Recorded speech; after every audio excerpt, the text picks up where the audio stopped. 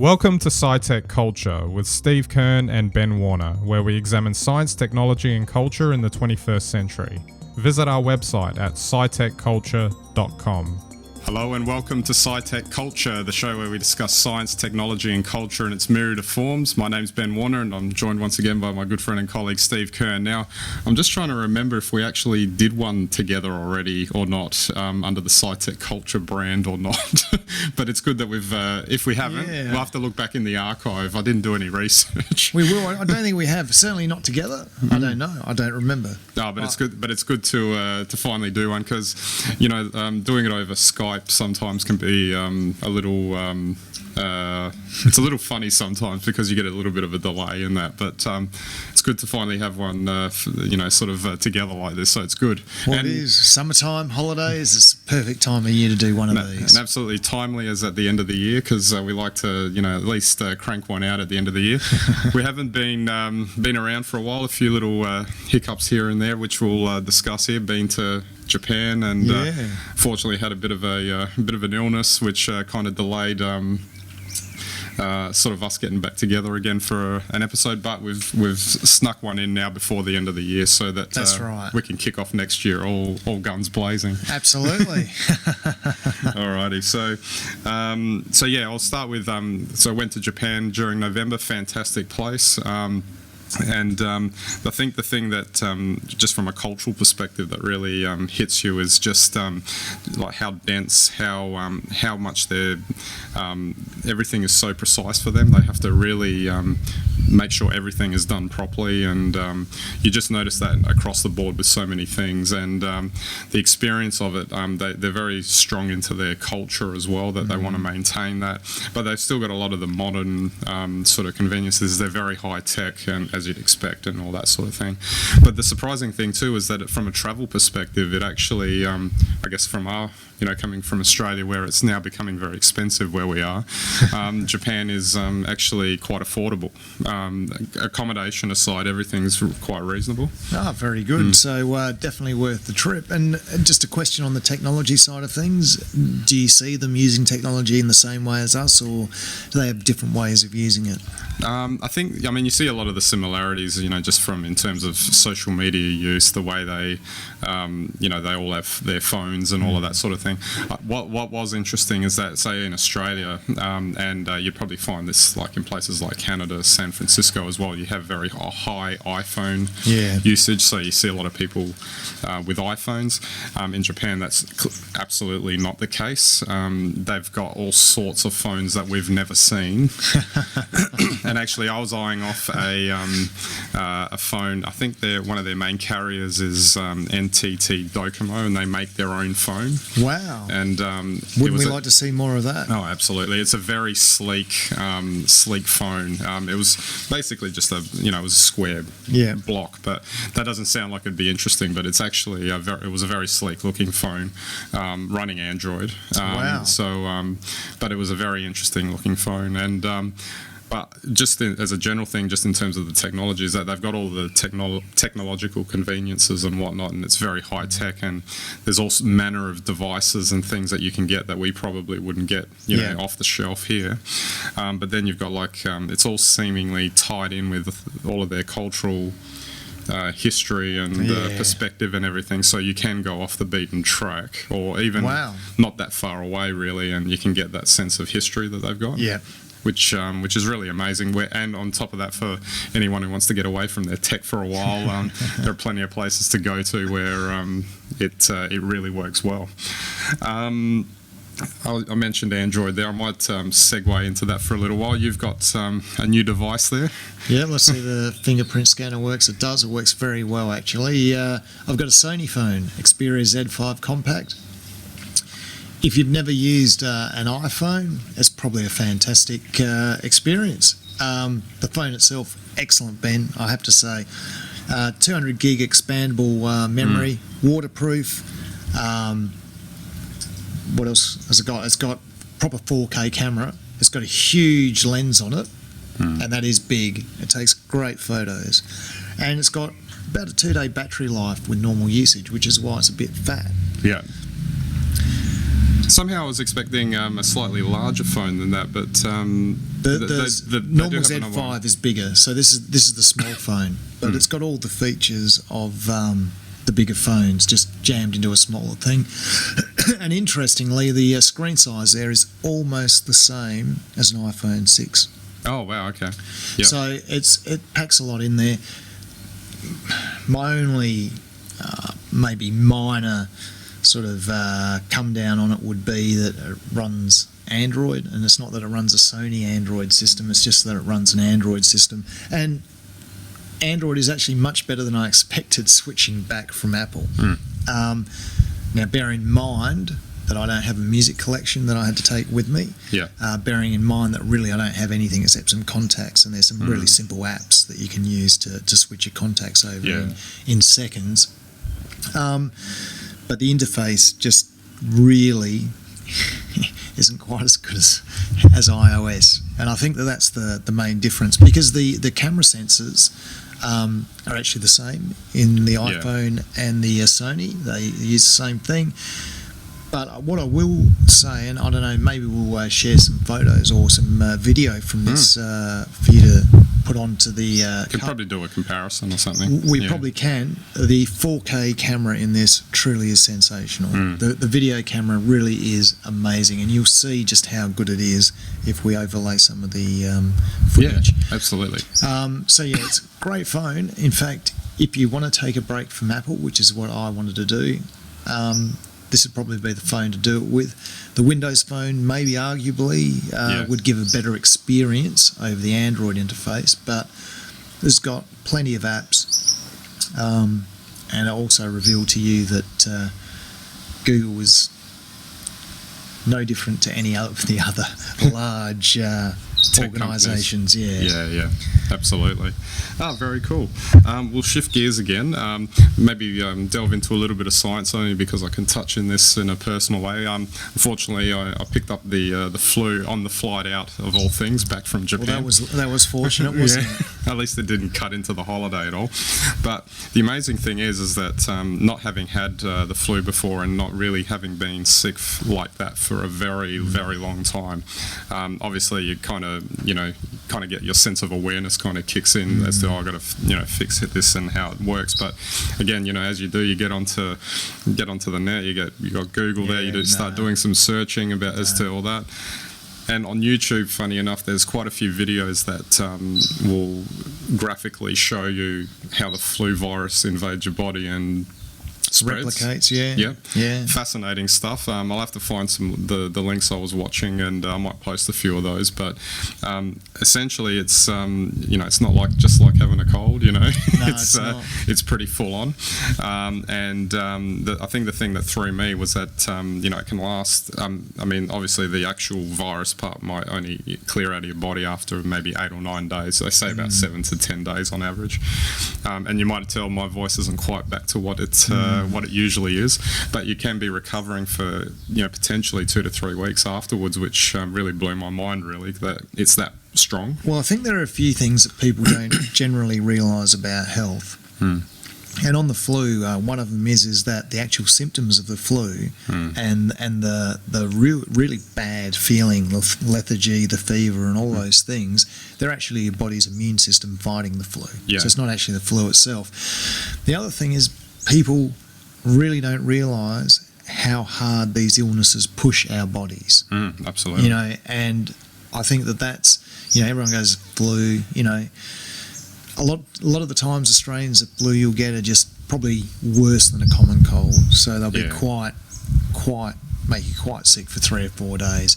But a really strong strain of flu, if it hits you at the right time and maybe your immune system's a little bit down, 7 to 8 days of being really sick. We're not just talking a little bit sick, I've got to stay home. We're talking about really sick. And it is interesting because it's times like that you do question your mortality. Exactly. Well, I mean, and for people who've had the flu would know that to sit through 7 or 8 days of just every 6 hours your body temperature fluctuates anywhere between 37 and 40 degrees, it's not a pleasant experience because you think, oh yeah, I'm just getting over it, and then it hits you again, and it's just over and over and over again. Eventually it does clear out, so, well, you'd hope it does anyway, otherwise you might be in a bit of trouble. It does, but it weakens you a lot, and then you get a secondary infection, which could just be a cold or something like that, but you're already weak, and then so your 7 to 10 days turns out to be 16 to 20. But the interesting thing was that obviously I got advice from my doctor and all of that, but the thing is you can just jump online and it's all there. Essentially I knew what I was having was essentially what the doctor was telling me, and what I was reading and watching on some of these clips, and it was all just interesting that all that information is there. I have to ask though, did it make you feel better? I don't know, it made me feel worse because whenever you see these animations of viruses, it really looks scary because they've got like, it looks like a ball with spikes on it. Yeah, I know. I think whoever did that, that's obviously an artistic interpretation of what a virus looks like. But it's interesting because, they're probably right. They are something to be a little bit concerned about. Yeah, absolutely. All right, let's move on from that. We don't want to talk about being ill too long. Now, I wanted to talk quickly about the iPad Pro, only because to me it seemed like a ridiculous device. I first saw it in Japan and I almost was surprised at how large it was, and you can't use it as like how you would a normal iPad, because you pick it up and you sit there and it's like this, and you wouldn't hold it and say read or watch. And so it's a little bit like the old 17-inch MacBooks. And then if you turn it on its side and use the keyboard cover thing that comes with it, which is pretty ugly looking as well, then you might as well just get a Surface because it looks exactly the same. And I don't know, maybe if you're an artist and you make use of the Apple Pencil or whatever it is, I don't know what. I mean, they're trying to push that it's a productivity device, but for me, I think it's still got all the shortcomings of the iPad. And if you're thinking about using it for productivity, you might as well just still go with the laptop. It's interesting you say that. I've spoken to several designers who give it a big thumbs up. They say with the pencil, it's absolutely exactly what they've been waiting for. Yeah. And I understand that, and I appreciate that if you're a designer and that's the sort of thing that you think you need. To me, it just actually goes back 20 years to the original tablets that you used to sketch on next to your desktop. Yeah. And I'm sure it's a lot further advanced than that, obviously, but to me, it is a specialised device that would probably typically sit on your desktop anyway. So, I don't know. It's a preference thing, but I imagine for designers it has a specific purpose. Maybe, It might be like a Mac Pro type device where it's only for certain types of people. I think and don't believe like the Apple marketing where they've got someone watching a movie on it or whatever.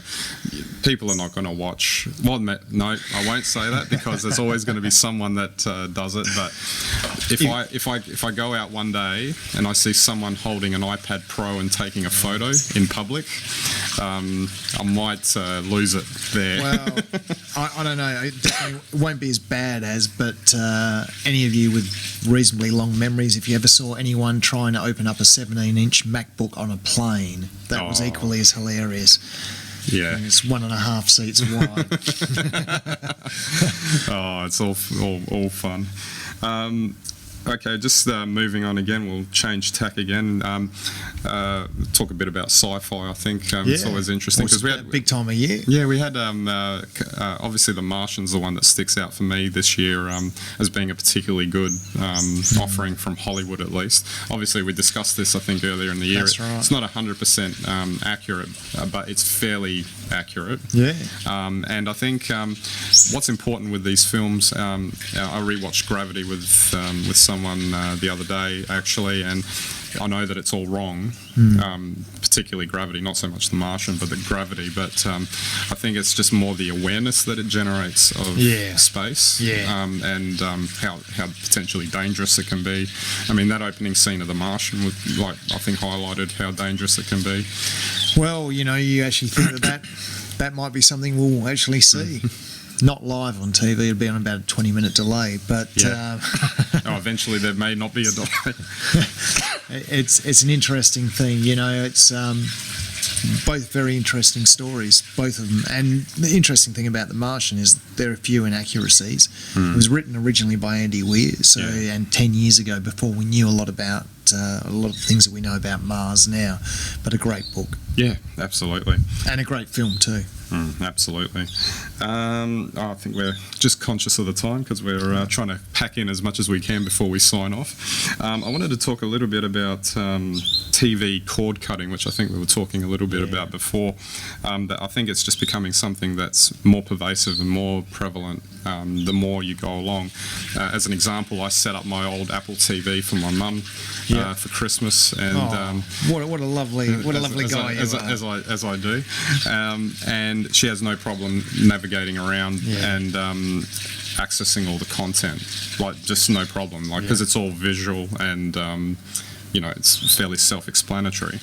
And now, like, she can watch all this stuff whenever she wants. What I thought was interesting about that is, obviously there's a lot of between Netflix and iTunes, you don't need that Foxtel subscription to access all this premium content, and I think it's just going to become more and more so, I think, going forward. Well, once again, the market's fragmenting, and this is what we were saying before. For your traditional channels, whether they're pay TV or free to air, you can't compete with the rest of the content on the internet. You've only got 24/7. So your real choice is you can have a linear stream. I don't think that will ever die, but you still have to have some sort of on-demand, and you have to have a very specific range of content that caters to very specific audiences. You can't be a one-stop shop for everyone anymore. So that will be the big change, I think, on that. Well, just as I mean, it's not quite the same thing, but on the flight over to Adelaide, because we're in Adelaide today, on Qantas now, I noticed they've got something called Q streaming, which essentially means you've got your app on your phone, their app on your phone, and they've just got a library of content. That's right. And you just stream it straight onto your phone. That never would have happened. I think in the past they would have just shown it's like they literally put in a VHS and press play, and you just watch what was on the screen, or you could listen to their music on the thing. But now that's really progressed. Like, you just bring your own device and you can just stream anything that they've got in their content. And I was having a look around. I didn't really use it other than to see what was there, but it was a fairly extensive library. More than what you would need for like an hour flight, obviously. But that's an interesting example of that. Yeah, well, I mean, that I think is actually where what we traditionally think of TV has to go. And we'll must say one thing with the phone now, but it's no different with your Apple TV or anything. You can stream from your phone. I use Chromecast a lot at home here. I would actually expect a Google product to work better with a Google product, but it doesn't. But that's just something for Google to look at.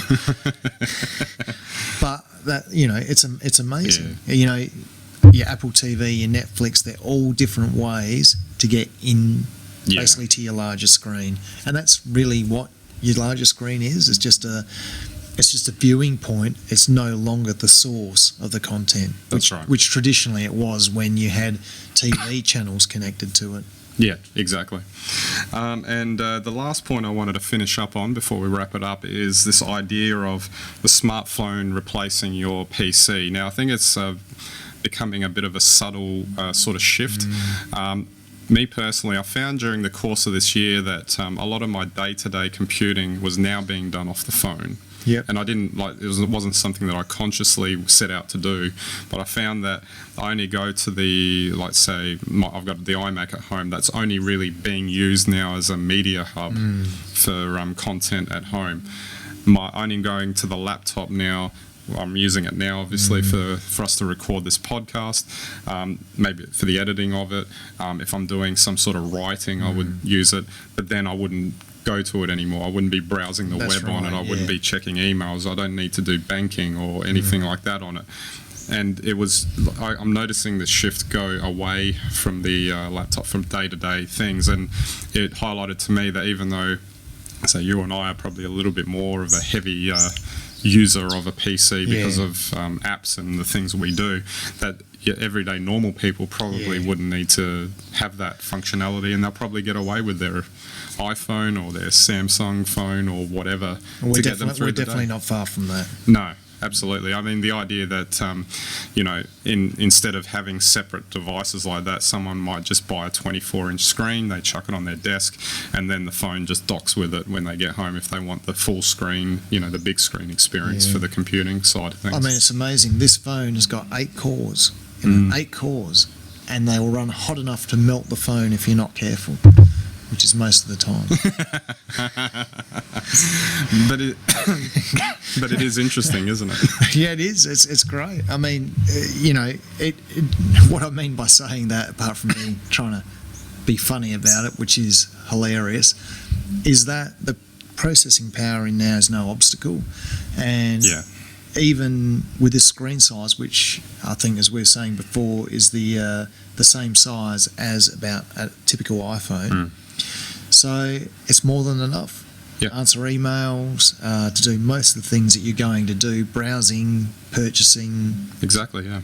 It's there. So really, the only time that I need more than that is if I'm watching a movie or probably doing something creative. Absolutely. Might actually explain why tablet numbers are going down too, because maybe you don't need it as a separate device. I mean, people are still buying them, but not in the numbers that they were. The iPhone 4S, which was my previous phone, was a little bit small.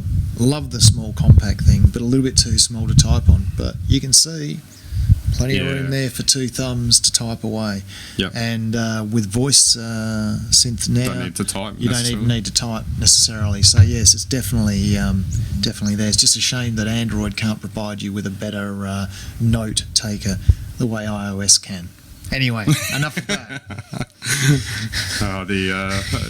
The ways we go. All right, we might wrap it up there, Steve. It's been a very interesting 2015. I think even for us in producing the show and also, I guess, the website, I don't look at this as just a podcast anymore, because we've got all of the other aspects to the website as well, like we did with our previous show. And I find that interesting, and I still want to be able to build on that a lot more going into next year, and maybe if I ever learn how to redesign the WordPress site to because I've used the basic template, so I want to tweak with it. But it's a bit like not paying a mechanic to fix your car because you want to learn how to you learn how to do it yourself. Maybe you will learn how to do it yourself, but it just takes forever to work it out. True, but it's a good skill to have. Yeah, and the great thing about WordPress is it'll still work. Exactly. Unlike your car. Absolutely. All right, so from both of us, wish you a happy new year, and we'll see you next year, and we'll have plenty to talk about, I'm sure. So we certainly will. Big 2016. Yeah, absolutely. All right, so that's it for this episode. We'll catch you next time.